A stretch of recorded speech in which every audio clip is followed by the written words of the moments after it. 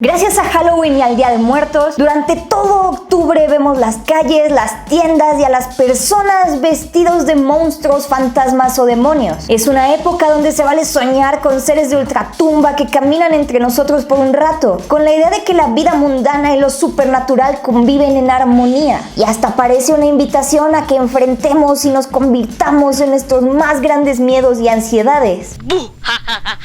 No fijan, sintieron medio ñaca.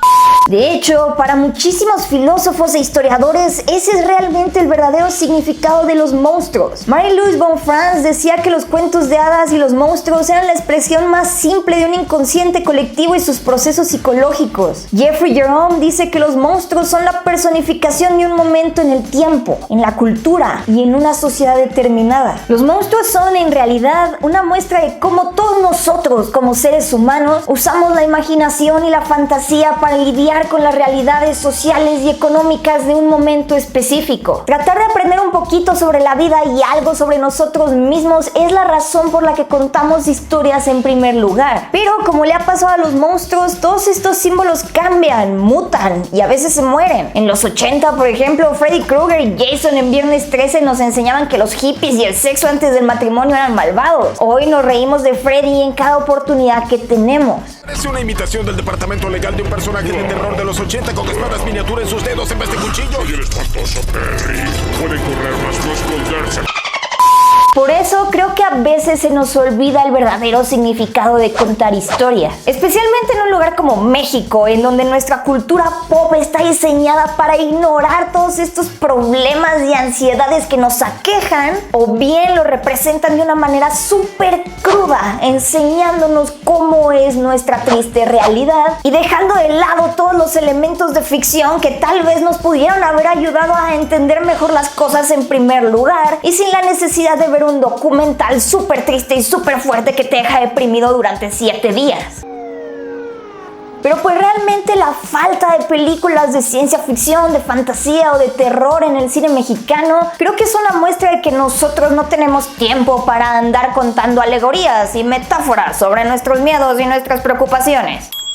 Pero hubo un momento en los 90 donde a raíz de los grandes cambios que estaban pasando en el país se creó una leyenda urbana, un monstruo súper extraño que, aunque parezca imposible, se convirtió en una representación de los miedos y las ansiedades que las personas tenían ante uno de los momentos más grandes en la historia de México. El Tratado de Libre Comercio debemos de defenderlo.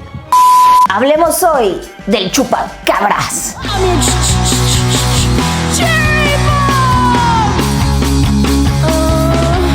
El chupacabras fue un fenómeno mediático que se dio por ahí del 94 y 95 en el país. Y todo el mundo estaba obsesionado con este monstruo horrible porque parecía un vampiro que chupaba... Bueno, chupaba sangre. De cabras y ganado, pero pues chupaba sangre. Yo le mordí el cuello, pero creo que se me pasó la mano.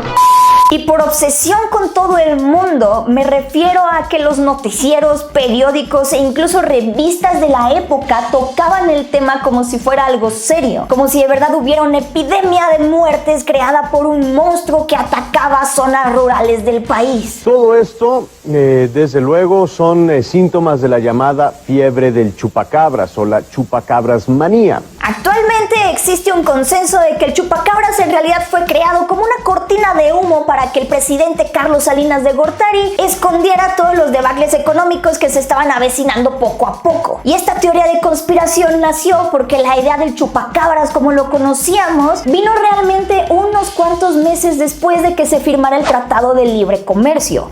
Caray.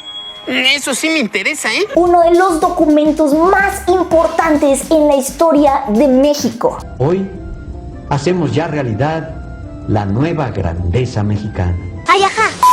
Este tratado era súper revolucionario porque aparentemente abría un montón de puertas y fronteras para el país. Eliminaba un montón de impuestos y aranceles, haciendo muchísimo más fácil el comercio internacional para aumentar las exportaciones e importaciones de diferentes productos. Estaba destinado a aumentar la inversión extranjera, o sea que muchísimas multinacionales también viajaron para invertir en el país y generar empleos. Aunque usted no lo crea.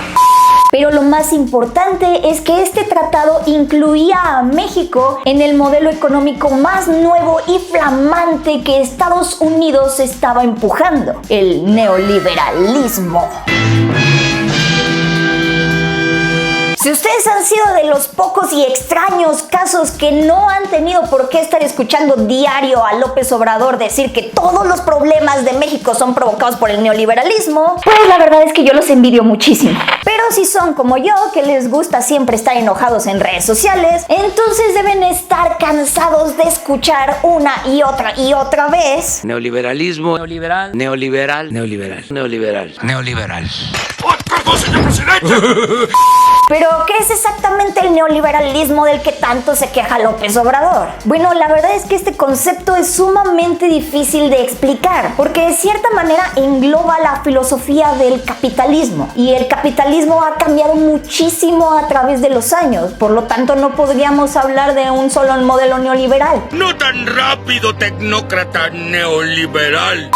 Y tiene tantas vertientes y tantas corrientes diferentes que darían para muchos videos distintos. Déjenme en los comentarios si les gustaría que tocara más temas sobre el neoliberalismo con la cultura pop, porque hay mucho, pero mucho neoliberal.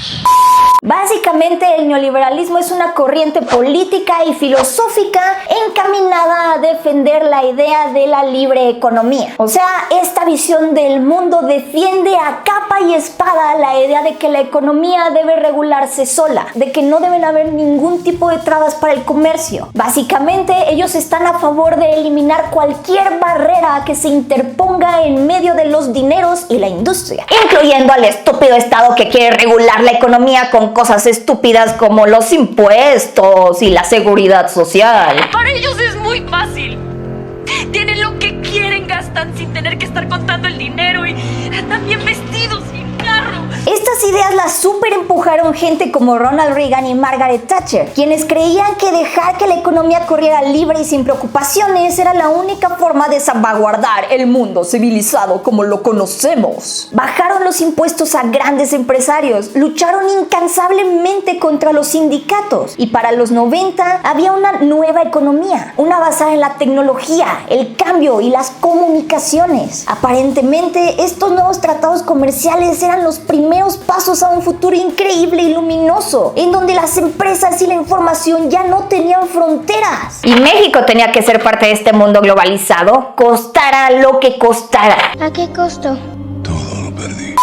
Las políticas neoliberales de Carlos Salinas y después de firmar el Tratado de Libre Comercio sí trajeron muchos beneficios para México. Los salarios subieron un rato, había un poco más de trabajo en las ciudades, aumentó muchísimo la inversión extranjera y la balanza comercial internacional era muchísimo más sana, cosa que nos ayudó en la crisis de 2008. El problema es que también dejó a más de 2.3 millones de granjeros mexicanos sin trabajo y se eliminaron una cantidad enorme de apoyos y estímulos para pequeñas empresas, las cuales ya tenían que competir con otras corporaciones multinacionales mucho más grandes y mucho más eficientes, por lo que también quedaron en bancarrota muchísimos pequeños negocios. Y como ahora las grandes compañías podían elegir mano de obra barata de cualquier país subdesarrollado y luego llevarse las utilidades a sus grandes bolsillos por allá en Estados Unidos, en lugares como Puerto Rico y México los salarios se estancaron un buen rato. ¡Odio ser pobre! ¡Lo odio!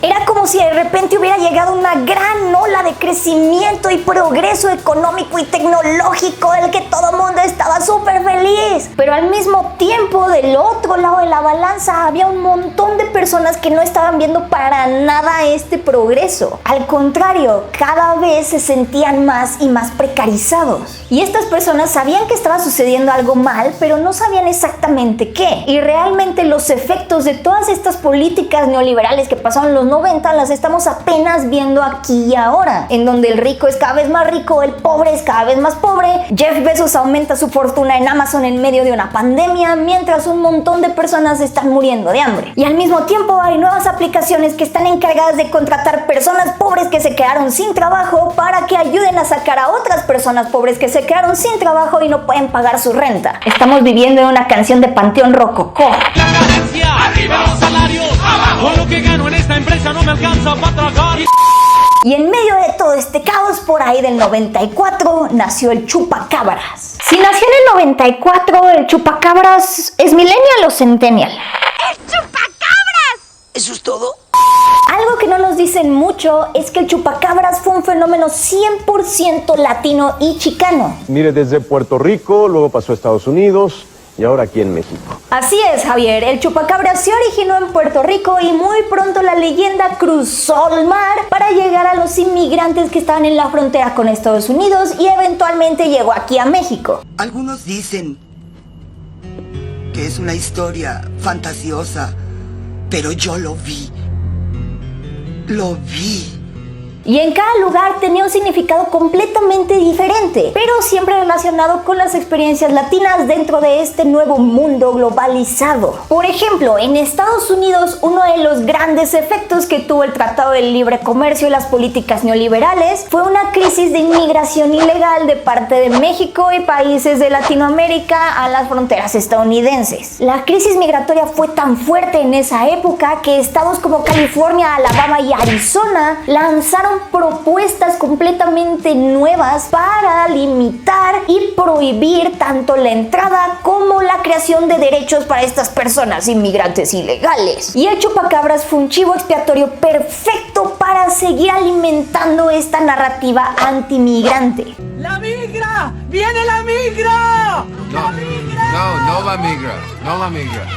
Por ejemplo, Benjamin Radford en el 2011 publicó un libro llamado Tracking the Chupacabras, con la intención de explicar qué fue lo que dio inicio en primer lugar a este ente en los 90. Y en su libro 100% científico, nada racista, para nada sesgado, dice cosas como esta. El chupacabras solo ataca al ganado de personas que hablan español. Los rancheros que no hablan español se quejan de que los perros o los lobos son los que matan a sus rebaños. Ellos no tienen que asumir que un monstruo se come a su ganado porque no es parte de su cultura y porque ya han visto que en realidad son perros y lobos los que matan a sus rebaños.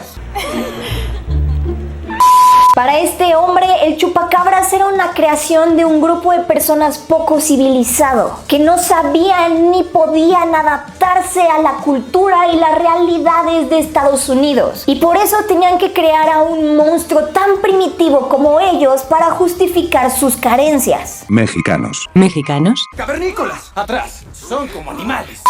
Y ese libro, de verdad, fue el primer intento que se hizo para entender culturalmente al chupacabras. Pero no se queda ahí. Hay un episodio de Los Expedientes Secretos X en donde Mulder y Scully de verdad necesitan investigar el mito del chupacabras. Pero después descubren que el chupacabras era realmente un tipo que tenía una especie de virus parecido al SIDA y que iba por la vida matando gente. Oye, José, aquí no es restaurante. Debes pagar por todo eso. Y en un momento, el agente Lozano, un agente latinoamericano, define así al chupacabras. Su vida es limitada. Deben inventar esas fantasías para no desfallecer y sentir que viven. Porque son extraños aquí. Sienten que los odian y desprecian. Cuando se encienden sus pasiones, reaccionan con violencia. Al no poder recurrir a la ley, inventan esos cuentos fantásticos.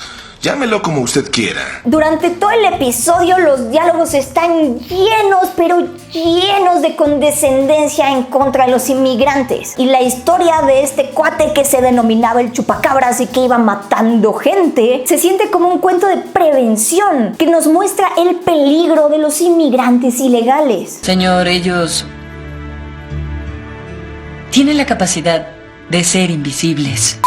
Vaya, incluso los juntaron con la idea de un virus para darnos la noción de que el chupacabras, que en realidad es como la personificación de la persona latina, son como una epidemia peligrosa que se va expandiendo poco a poco y que puede tener consecuencias horribles para los Estados Unidos. En realidad es una enzima a la que los hermanos tienen una tolerancia anormal y que procede de lo que supongo es un gen antienzima. Lo peor es que en el episodio el chupacabras escapa y Mulder abiertamente dice que gracias a eso pueden haber entonces muchos más chupacabras y que no vamos a estar seguros. La verdad es que a nadie le importa.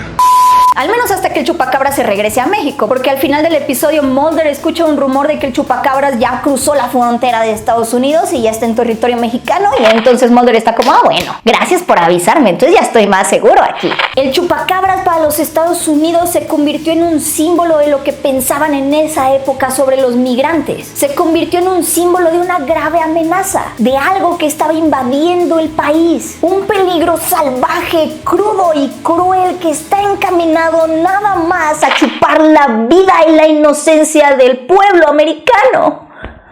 Sin embargo, para los obreros, para los migrantes e incluso para nosotros como mexicanos, el chupacabras se convirtió más bien en un símbolo de la incertidumbre. ¡María! ¡Las cabras! ¡María! ¡Las cabras! El TLC, la apertura económica, las grandes corporaciones, todo eso traían cambios súper nuevos, súper rápido. Y sí, se pueden sentir como entes extraños que de repente vienen a invadir lugares conocidos, como las zonas rurales en México, las granjas, y lo que hacen es extraer y quitarles el valor y el trabajo de la gente, dejándonos completamente vacíos. Desafortunadamente, aquí en México el chupacabras se le vio como un rumor, como una caja china o como una vil mentira, no como un símbolo de estos tiempos tan inciertos pero tan traumatizantes que sí estaban ocurriendo. Y actualmente el chupacabras está un poco olvidado. Realmente la película mexicana que ha tratado el tema ha sido la película animada La leyenda del chupacabras, y para nada habla del contexto en los 90 o de cómo era visto el chupacabras. Es nada más un monstruo que chupa la sangre y ya. Pero si el chupacabras se puede entender como este símbolo del miedo a los cambios, lo podríamos comparar también con monstruos como Frankenstein, por ejemplo. Un monstruo creado justamente para advertir de los problemas de jugar a ser Dios y de no tener conciencia ética al momento de crear experimentos y avanzar en la tecnología. ¡Estás vivo! ¡Sparky! ¡Estás vivo!